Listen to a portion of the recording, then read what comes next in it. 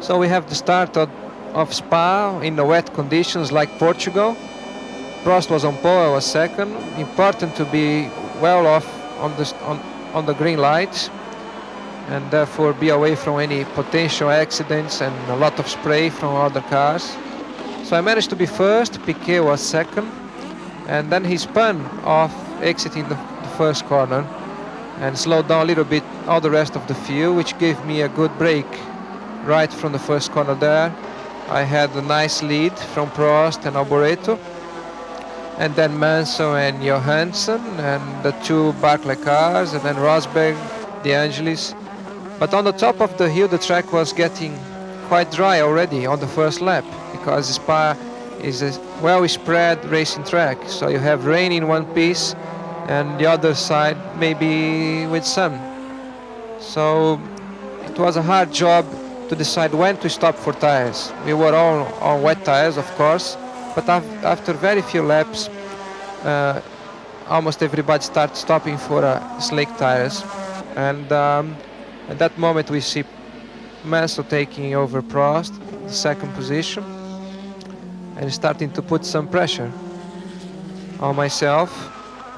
And then Keke coming strong over Mansell with slick tires, and then Piquet as well with slick tires. A lot of spinning wheel on the pit straight.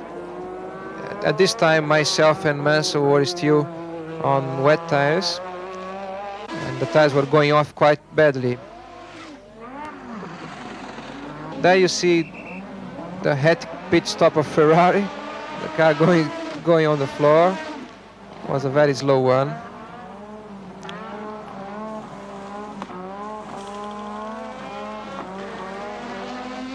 A lot of spinning wheel now, as you can see there, smoking from the tires. There is Ghinzani with the half of his nose destroyed there, driving on 3 wheels. And at the same time, Johansson, just after the pit stop, was off the track with Patrese making a shortcut.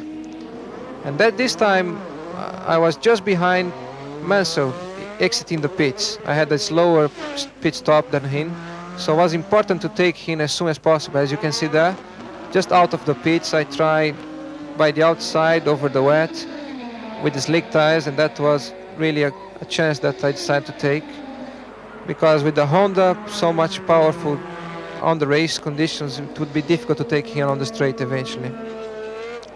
I found myself that moment in third place behind Boutsen and De Angelis, but in one lap I got back into second place with Mansell coming from behind as well, quite strong, because those two were still on wet tires.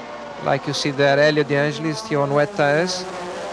So going up the hill on the big straight line, I managed to take my teammate over the wet bit of the track. There was a dry line where Elio was, but at the end of the straight I could come back on the dry line, and Mansell did the same thing to him a couple of corners later. So the pressure was at that moment strong from Mansell. We both had our pit stop, so we didn't have to stop for tires anymore. And the conditions were very slippery on one side of the track. Here is the worst bit, and as you see now, Mansell losing it from behind, from the back.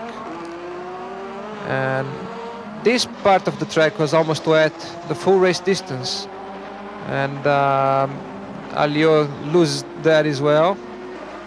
But this side, which was the opposite side, was almost dry, and Keck was pushing Mansell quite strong for most of the race. A lot of fight going there, and that was giving me a bit of relaxation at the same time while they were fighting. But then Mansell loses the car there on top of the hill, make a shortcut like Patrese earlier on. At this time the track was drying more and more, and it was a good end. It was very good for the team, especially to win another race after such a long time early in the year, and good to be on the rostrum, especially on the top spot once more. And there you must make the best of it. You don't usually get in this situation. So spray champagne everywhere and enjoy it. From Spa, Alain Prost could look towards Brands Hatch and the European Grand Prix with a 16-point lead over Alboreto, his only remaining rival. A good